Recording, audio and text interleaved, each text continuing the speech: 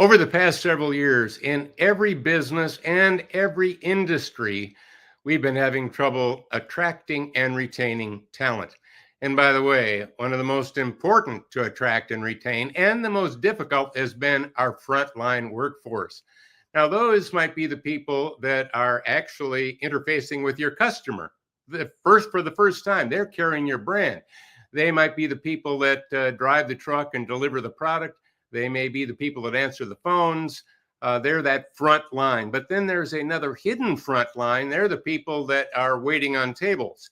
Now, again, that's part of the brand. But there's also the people that are hammering the nails in a new construction. They're the people that are laying carpet. They're the people that are fixing your muffler.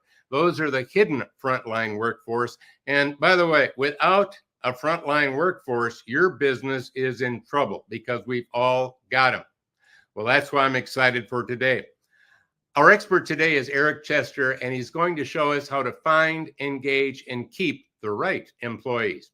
Eric is an acclaimed workforce researcher, thought leader, and employee engagement expert who's been studying, analyzing, speaking, and writing about attracting, managing, motivating, and retaining frontline employees. He's been doing it for more than 20 years. He's interviewed thousands of owners, managers, and leaders of small and mid-sized companies, including franchise owners, in order to uncover the best practices for attracting, developing, and retaining the best. His client list includes McDonald's, Verizon, Allstate, Wells Fargo. You get the idea. It's a big list. And by the way, Eric is the author of 5 best-selling books, including his latest, Fully Staffed. And he's an absolute amazing keynote speaker. As a matter of fact, a Hall of Fame keynote speaker. And he is a good friend. I've known him for a long time. Welcome, Eric. Hey, thanks, Dan. That was a terrific introduction. I appreciate that. You're welcome, and well-deserved. So frontline workers, most of us started out in life with our first job as a frontline worker. And I'd like for all of you watching this right now to think along with us about your first job. And Eric, tell me a little bit about your first one. What was your very first? And again, we'll talk, that where you're actually putting in hours and working.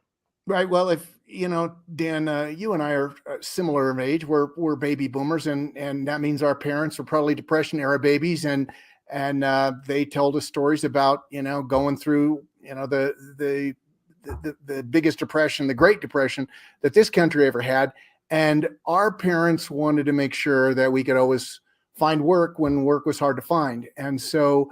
My parents weren't going to buy me a car. If you wanted a car in my house, you had to buy your own car. It meant you had to find a job that was close enough to walk to or ride your bike. And, that spelled out for me a series of frontline jobs, washing dishes, $1 an hour under the table, 5 nights a week. And,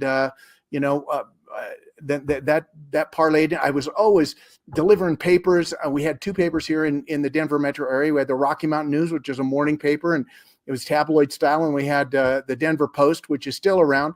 And I had both paper outs, morning and afternoon. I delivered, I worked in a grocery store on the weekends. I mean, my dad wanted to make sure, doggone it, his son knew how to work. And so that was important. I mean, he wanted me to do well in school, and he wanted me to do well in athletics, which I was a very marginal athlete when I was young. But man, what mattered to him is that when I came home at the end of the day, that we could talk about work, and whether I'm jumping when the boss says jump, and I'm just going how high, and all of those things. Dan, how about you? Where did you start? Yeah, well, actually, I started out working on farms. And so I was hoeing and all kinds of farm work, right? Up there in Wisconsin, right? Yep. And by the way, I also, now this is work. I worked a lot for a number of years during my junior high and a little earlier down in Texas, not for money, but I put in 8-hour days volunteering, working for farmers. And I did that for several summers, the entire summer. And boy, did I learn the power of being a volunteer doing hard labor. I mean, there were amazing lessons in that have shaped me, not to mention the lessons of planting and then harvesting and having crop failures and all those things, and the weather. And then my first job other than that was stocking shelves and loading groceries in a grocery store.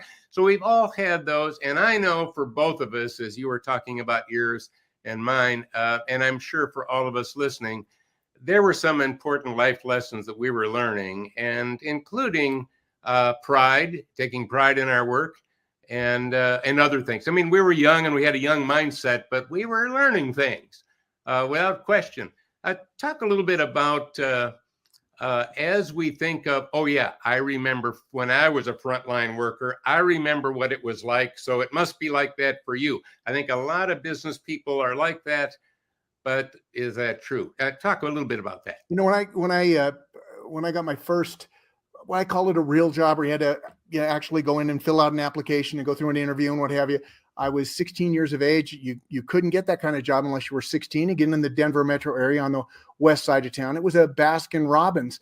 And, I was so happy when I finally, heard the magic words, "You're hired." Of course, my dad schooled me in how to prep for that and to show up with a tie and, have references and everything. I mean, right when you walked in the door, and then the interview, that what could you possibly be asked, et cetera. So we were going through that process. And when I finally got the job, I remember my father coming home early from work because my mom had called him. She baked me a celebration meal. She called my father. He got it. He got the job. Never saw my dad come home early from work, except then. Squealed his tires in the driveway, gets out of the car. He's a big man, about 260 pounds. He ran toward me, picked me up, swirled me around and said, "I'm so proud of you, son. You're a chip off the old block." But then, without releasing his grip on the back of my neck, I remember he put his finger in my face and said, "But if you get fired, don't come home." and those stories are common when you talk to people, again, baby boomers, what have you.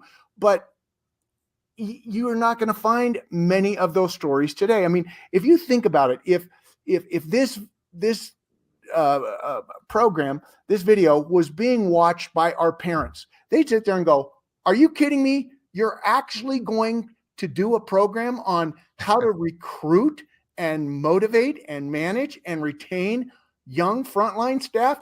It's ridiculous, because they had no idea that we would be in the kind of a economy where we are now, especially post-pandemic, where jobs are jobs are easy to find. I mean, you swing a cat over your head, no matter what community you're in, and you're going to hit 100 help wanted signs. Everyone's looking. Businesses close with signs on their door going, "We're closed. We don't have enough frontline staff." And it was worse during the pandemic, but it's still prevalent now.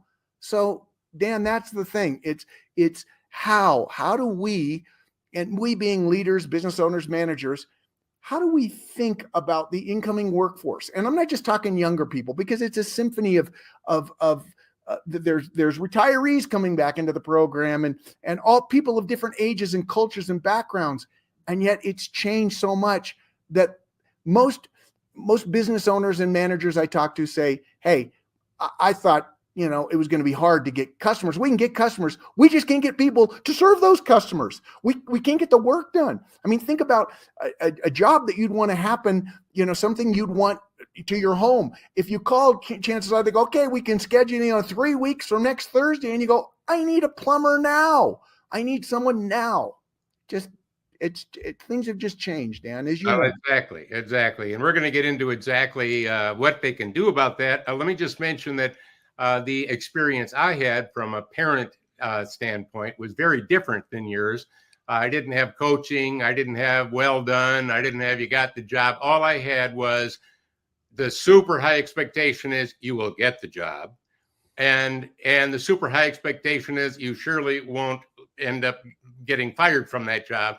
And that wasn't even spoken. It was just that thing. So my point there is, some of us have a wonderful experience and a lot of coaching, as you did, and I didn't, but somehow we both got through it. Somehow we both learned. Somehow we both did it. We all have come from different backgrounds and so on. But let's now dive into, so how the heck do you find frontline workers? And let's maybe it's find and motivate and retain. I mean, these are some key points I want to get into to help people here. What are some things that people can do to help them even find them? Well, I think the first thing you got to do, Dan, is to adjust your perspective on what it takes to recruit. I always talk about relentless recruiting.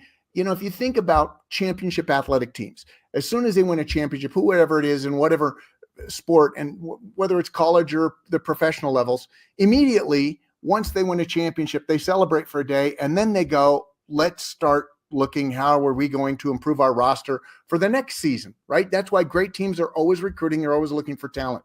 Well, great businesses are always doing that too. They'll never put up a sign saying not hiring or not accepting applications. They're always looking to upgrade their workforce. That's a good thing. Once again, if you look back then, and the reason that people would be, you know, people of an earlier era would be amazed at this kind of program is they do remember people sleeping in doorways and 400 people lining up for a dishwasher job, et cetera.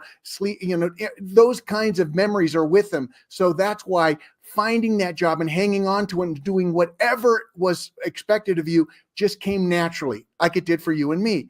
In today's world, again, if you're looking at the workforce and you're saying help wanted everywhere, and I'm getting, you know, a $500 sign-on bonus just to go flip burgers someplace or whatever it is, then the balance of power is shifted, and people on the front line feel like, hey, I'm in demand. I can quit today and have 5 jobs tomorrow. That makes it difficult. So the first thing you have to do is adjust your expectations, and then realize you can't just put a sign on your door. You can't just post something on, you know, on Indeed or ZipRecruiter or Craigslist or wherever you're hiring and go, okay, that does the trick. That's like fishing. That's like, you know, going to a lake and putting a night crawler or some salmon eggs on the end of your hook and just rolling and waiting for some, you know, to pull something in your boat. I tell people, you got to stop fishing and start hunting. Hunting says, I know exactly what I'm looking for. I'm not just, I am going to be proactive. I'm going to get out there. So I need to find what the successful people that have worked for me before, where did I find those people? What did I do? What about them? Where do they live? How did they fill out applications? How did they find out about this job? What makes them successful? Because success leaves clue, and I can find other people there. So I might go out and say, okay, I'm going to have to start recruiting in these various fishing, or I don't want to use fishing, let's say hunting grounds. I need to be able to hunt schools, meaning I know how to approach a school, what to say, who to contact so I can get some people from that school. I need to know how to hunt, you know, a retirement, people that thought they had enough to retire and maybe they're just bored and they want to come back. I need to know how to recruit returning military, or maybe even second chance offenders, or people with disabilities, or I need to expand my knowledge and say, how do I approach these areas? I think that's where it starts, Dan. Yeah, I like that. You know, if you're hunting in an area where there's no game, you won't do too well. So let's make sure we know where they are. And of course, we're talking, there's social media and other places that we need to go, because, you know, that's where a lot of who we're looking for reside. That's where they are. We've got to speak their language instead of speaking our language and expecting them to pay attention to it. We need to communicate, right, in the way that they want to receive that communication. Right. I'll share a funny story. I've got this is a number of years ago, but I have a good friend of mine, my age. Matter of fact, we both played in a rock band back in college together. And so I've kept up with him over the years. He's got some kids. And when the first one went off to college, he said, man, I call him, I leave messages. I never get a response. I'm paying for the phone. I'm paying for the school. And, I can't get anything out of him. And when he was telling me that, I said, why don't you text him right now? And he texted him, got a response immediately. See, so now so he was communicating in the way that he communicates.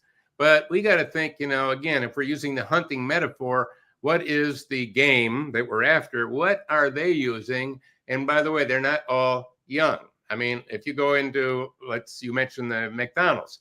Well, there could be a young person there, right? And right next to him is a retired person making a little bit of extra money on the side.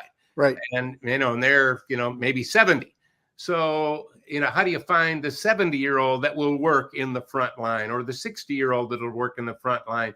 not because they don't have any money, but because maybe they want a little bit more money than retirement was giving them. And you mentioned something else that was really good that we might want to dive into, and that is, are we looking the same old for the same old demographic?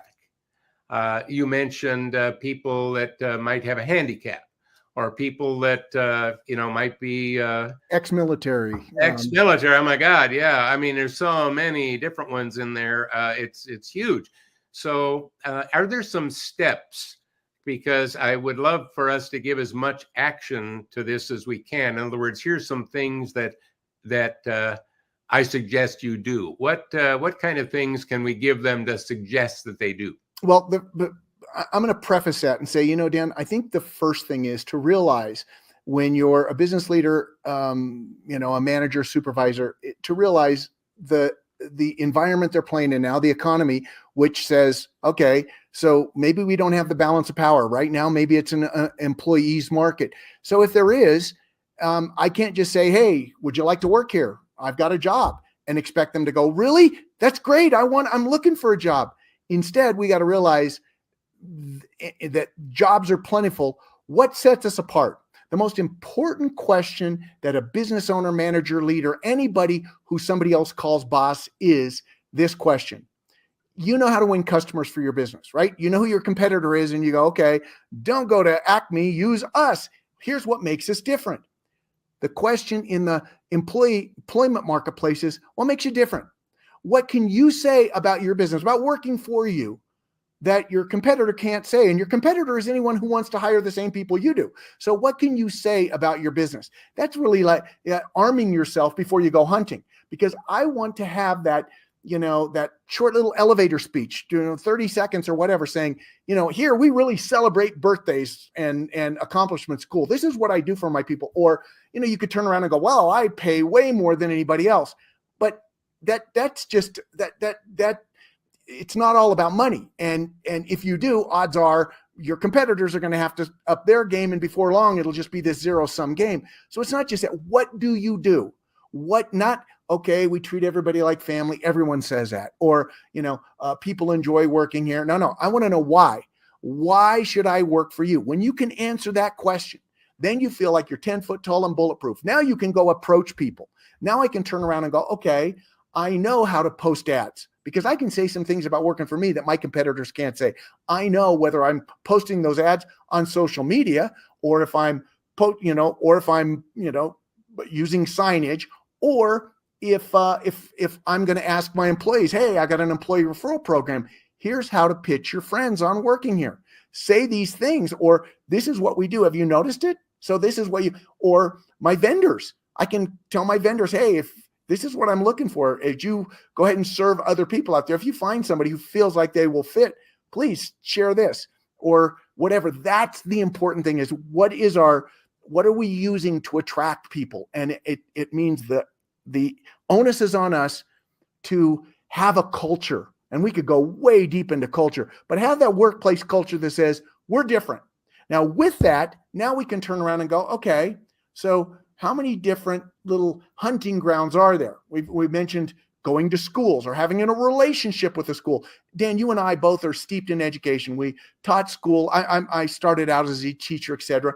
And I was a vocationally credentialed teacher. Now it's called career and tech ed, which meant my students not only took classes in business, they had to work in business. So I had to help my students find jobs, right? And so we go through this job application interview. Now in today's world, it's like, okay, anybody can find a job. So who are the people who really are in charge of helping students find jobs in the schools? And what are you doing for that school? You can't just go in and go, hey, I need some people over here. We're installing sprinklers. You got anyone that wants to install a sprinkler? What can I do for that school to form a relationship? What can I do? How can I support them? Am I putting, ads in their yearbook, or, am I supporting their sports and their drama and their band? Am I participating? What can I do? Am I offering myself to come in for a career day? Am I letting people tour my facility? What can I do? Because I want to partner with that school. That's just one hunting ground and one way that's so important for managers to understand. Yeah, I know where the schools are in around me. Yeah, but do you know somebody in those schools? Do you have a connection point so you can develop this pipeline of talent so you can pick up the phone and go, hey, Dan, I just lost 3 people. I'm looking for people to work these hours, do this job, what have you, because I know you're going to send me somebody that is going to do the job. So that might be one particular strategy for people who go, okay, I hire younger people. And whether that's high schools, community colleges, technical, universities, whatever that is, it's the same mentality, right? If I'm in the food business, I can guarantee you I'm going to find the culinary arts training programs within 5 miles of my business. And I'm going to go in and help those people. Hey, can I come in and teach a class? Do you want to come, into the classroom and speak to my students? I'm going to have a relationship there. Hey, next time you guys decide to have a pizza party, do it over here, right? Let me help you, so that when those educators find students who really want to get into culinary programs, by golly, they're going to start here. They're going to send them to me. And again, that's just one hunting ground and one tactic that it takes to create and to find people. Sure. Well, I like you, I travel around giving speeches and consulting, and I'm in a lot of hotels. And many of them are very high-end hotels that have closed restaurants, and because they can't get the staff. And however, I found a number of restaurants, and I'm not talking hotels necessarily, but that are doing really well with staff. And what they did is they've got on the receipt, they've got a little thing that discloses that a certain percent is going to healthcare benefits of the waiters and waitresses and employees. Well, if you're giving me healthcare, maybe that's even better than giving me more money. Well, of course, you're giving them money, but I'm taking it out of the people knowingly, instead of just having higher prices. Now, we got lower prices, but we've added this extra fee in so that you've got really good people serving you. Well, there you go. There's another way to do it. And another thing is during the pandemic, of course, with restaurants closing down, I'll just use restaurants for now, but this could be applied to other areas. A lot of those people that weren't not making much money, waiting on tables and so on, they had to find jobs somewhere else. And so then when restaurants started opening back up again, they already had jobs, probably got a little health care out of it, maybe made a little bit more money. And now where do we find the workers? And of course, at some point, you have to start thinking to yourself, maybe we can't pay what we used to pay. Maybe we have to actually pay a little bit more. And now I'll go back to personal experience with all of those high-end hotels that I've been traveling around to. And I've talked to people that have taken vacations and gone to a resort paying the same fee they used to pay, but now everything's closed. I would rather pay a little more and have everything open. So as a consumer. So one more little thing I want to throw in the mix, and then I'll get back to what you're talking about. I've started 6 companies, and one of them was in aviation. So I made airplanes and so on. So in other words, I've had frontline workers. And with every business, one of the things that I did, and I had people say to anybody that was employed, was you may not be with me forever. And probably that's likely. But during our time together, I want to help you to learn the things that you need so that you can thrive in your next job and your next one and your next one. In other words, I'm going to lay a foundation for you. I'm not just hiring a frontline worker to, I mentioned, hammering nails or laying carpet, whatever it would be. Yeah, that's kind of the job. But there's something else that we're going to give you here. We're going to give you some keys to success so that when you leave here, you can go on to other and bigger and better things. And I would tell you that worked very well in finding people. And again, is that the answer? You've already said it, Eric. There's more than one right answer. There are many answers. Let's lay some of those strategies out.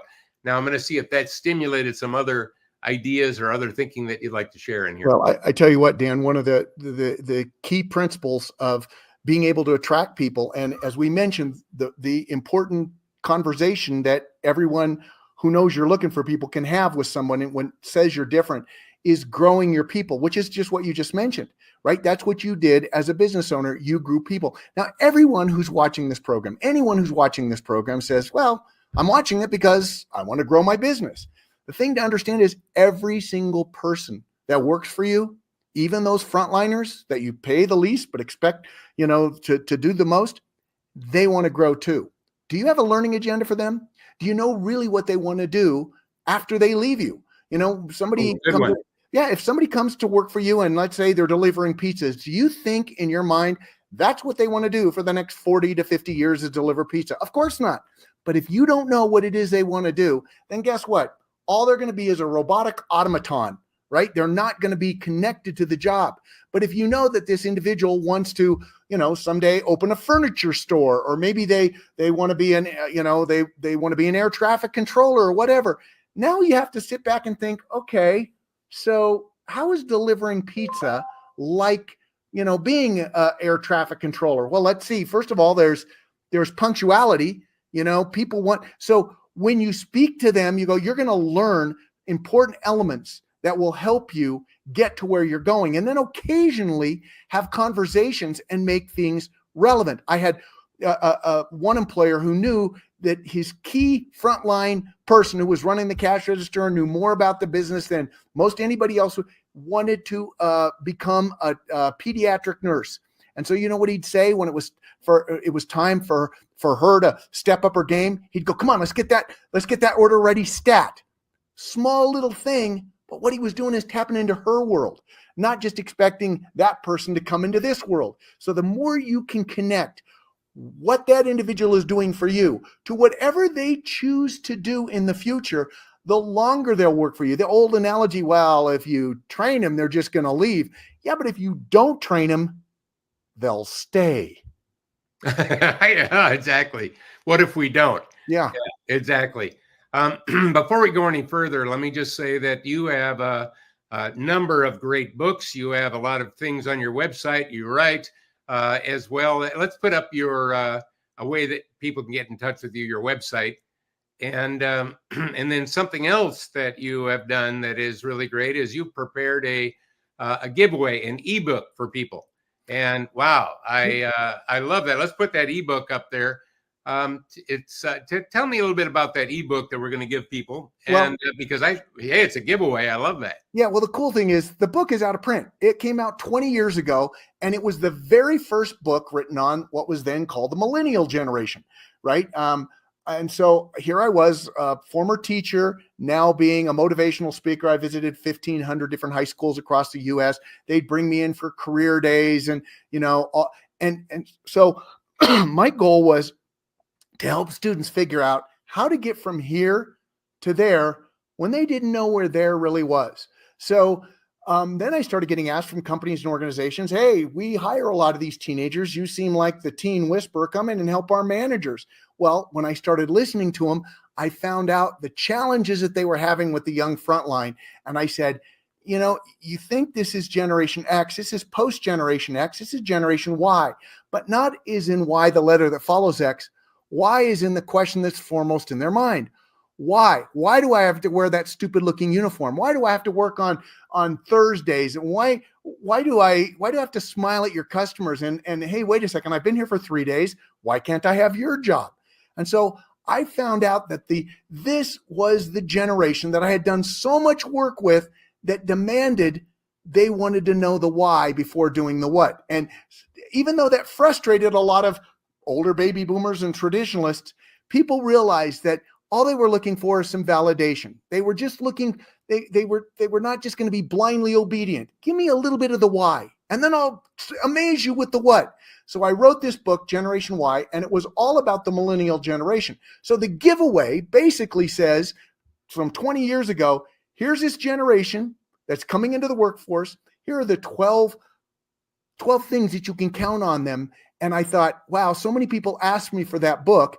I went ahead and did a digital version, and that's what everyone can get free right here on this program to compare and to contrast. If anything, it will help them think, okay, so if that was then and this is now, what are we looking forward to the future, right?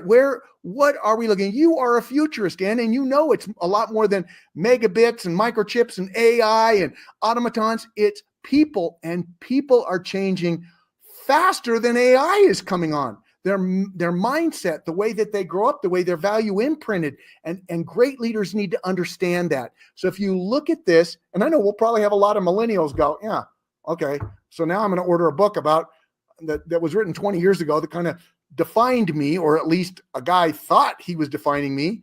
Well, let me ask you, how are you defining your workforce now? What do you say about them? And so I thought that would be a real fun giveaway for folks. Yeah, well, something else.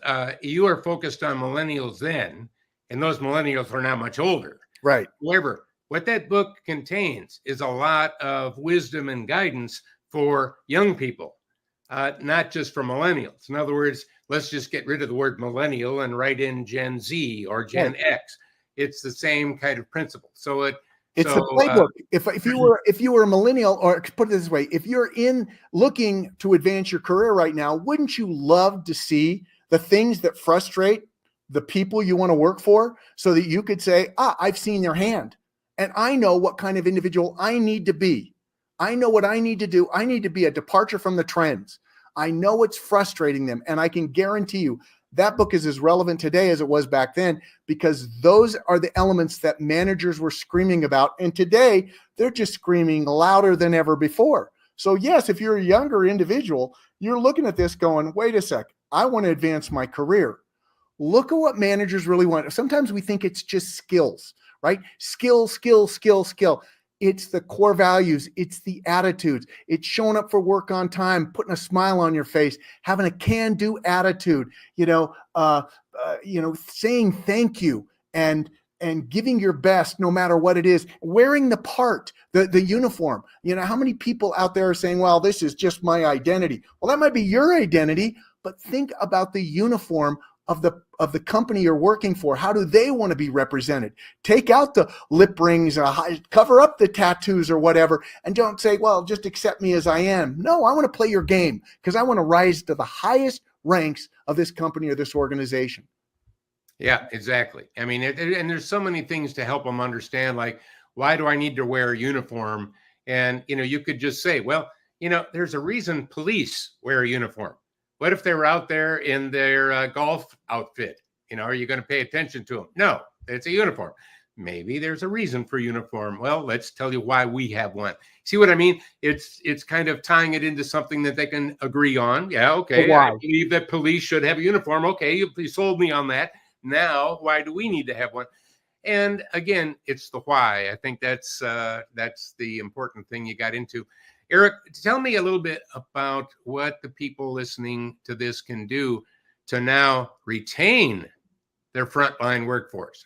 Now, because you got to attract new people, but you'd also like to keep the people you got. So what's some of the good strategies for retaining? In my latest book, Fully Staffed, I actually wrote a chapter on retention. I said, there is no such thing as a retention strategy. There's no such thing as a retention strategy, because if somebody figures, if they're got itchy feet and they're ready to leave, the only thing you can do is pay them more money, right? The only thing you can do is try to outbid your competitor. Retention is a process, comes from all the other elements of what a great workplace culture is. So a great workplace culture says, I know who you are. I want to grow you, right? I want to grow this individual. I'm paying a competitive wage. And when I say a wage, I'm saying fair, plus maybe even just a little bit more. So someone says, I feel like I'm being fairly compensated for what I do.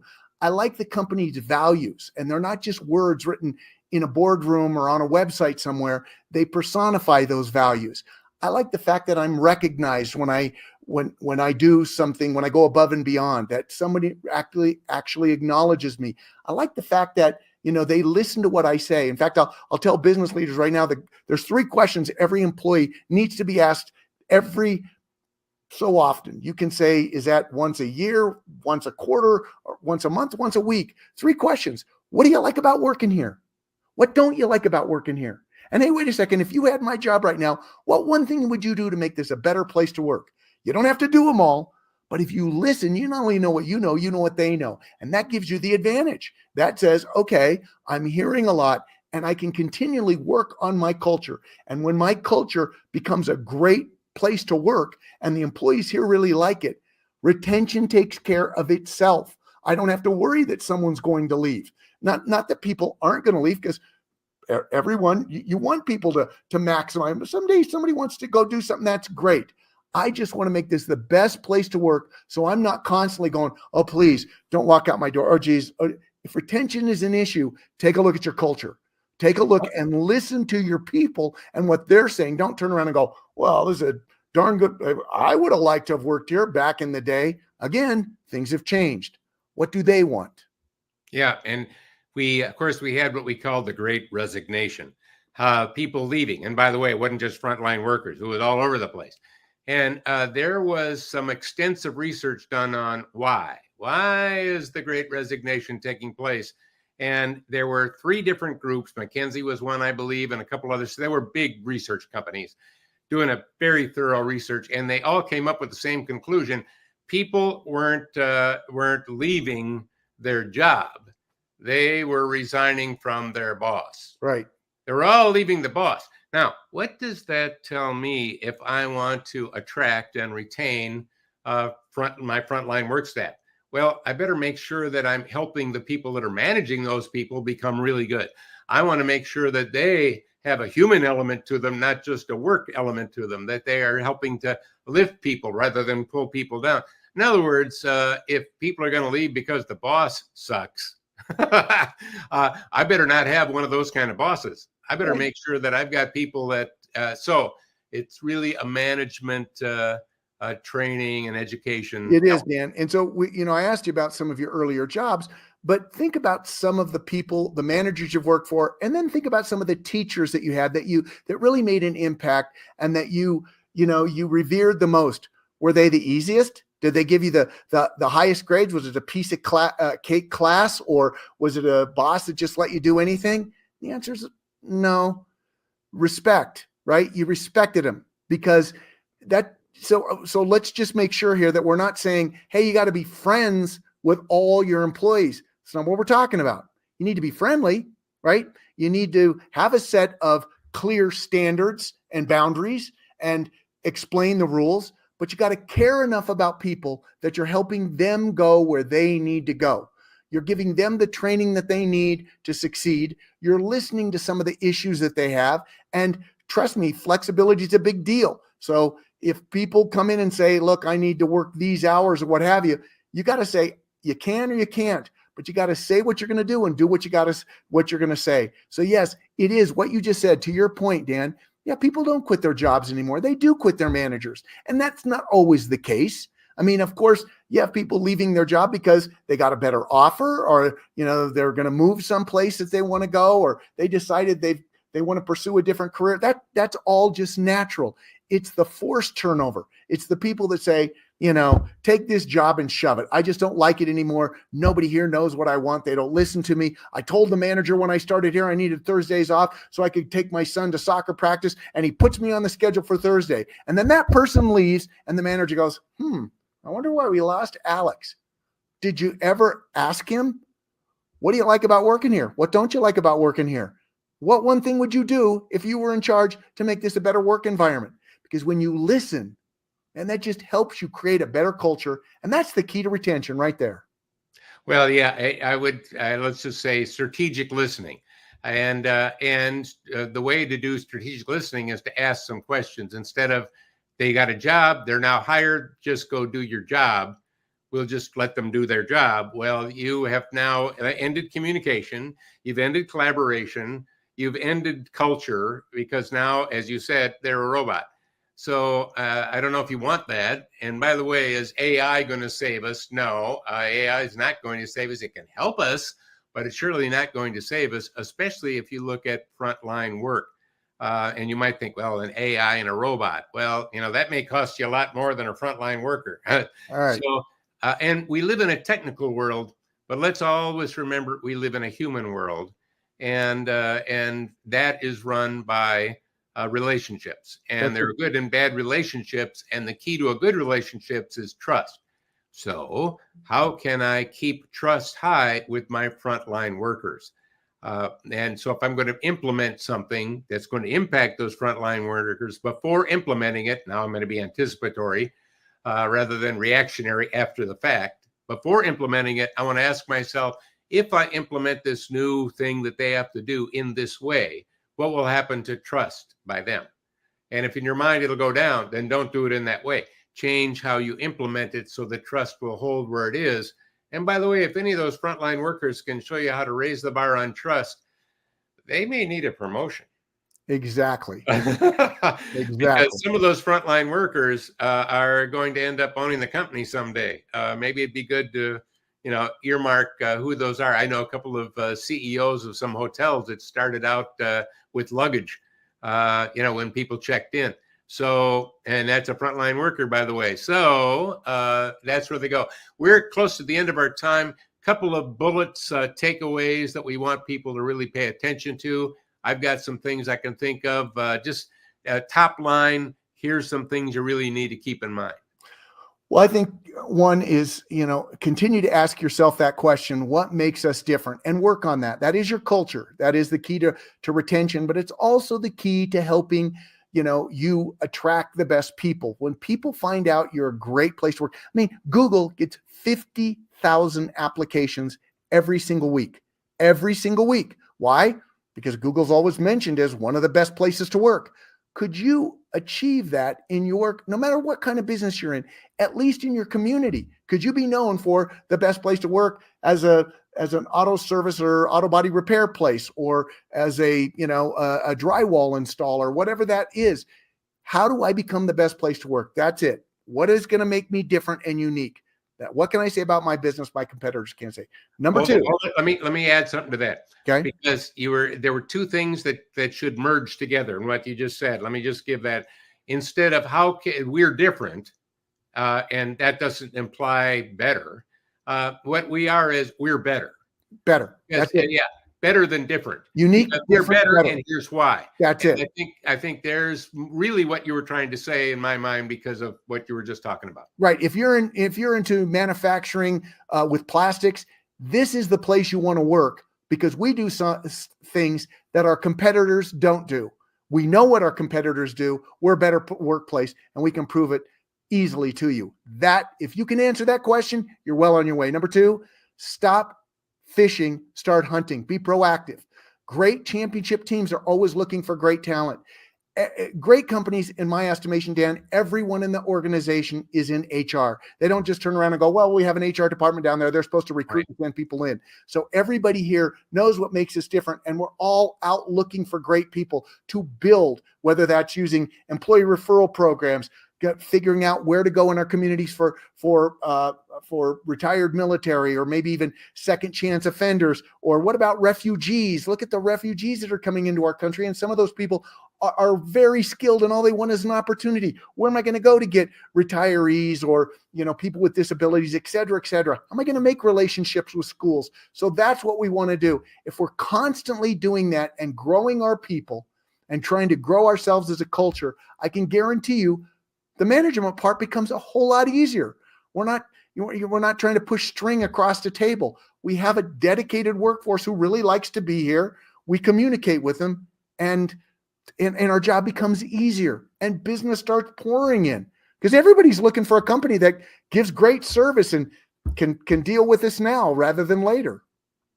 Well, and when it comes to retail, a lot of them are working on, really elevating the customer experience, making the customer experience great. I mean, one of the reasons Sears isn't around anymore is it was boring. The customer experience wasn't that good. So here's a little switch on that.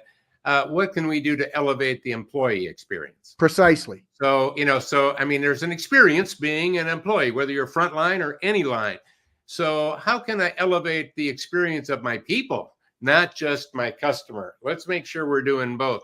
Let me just really thank you for being on this. I know that there was a lot of great jewels in there. I'm sure people want to watch this again. And thank you so much for sharing your wisdom. Happy to do it, Dan. Anytime you call, I promise I'll be right there for you. All right. Thank you.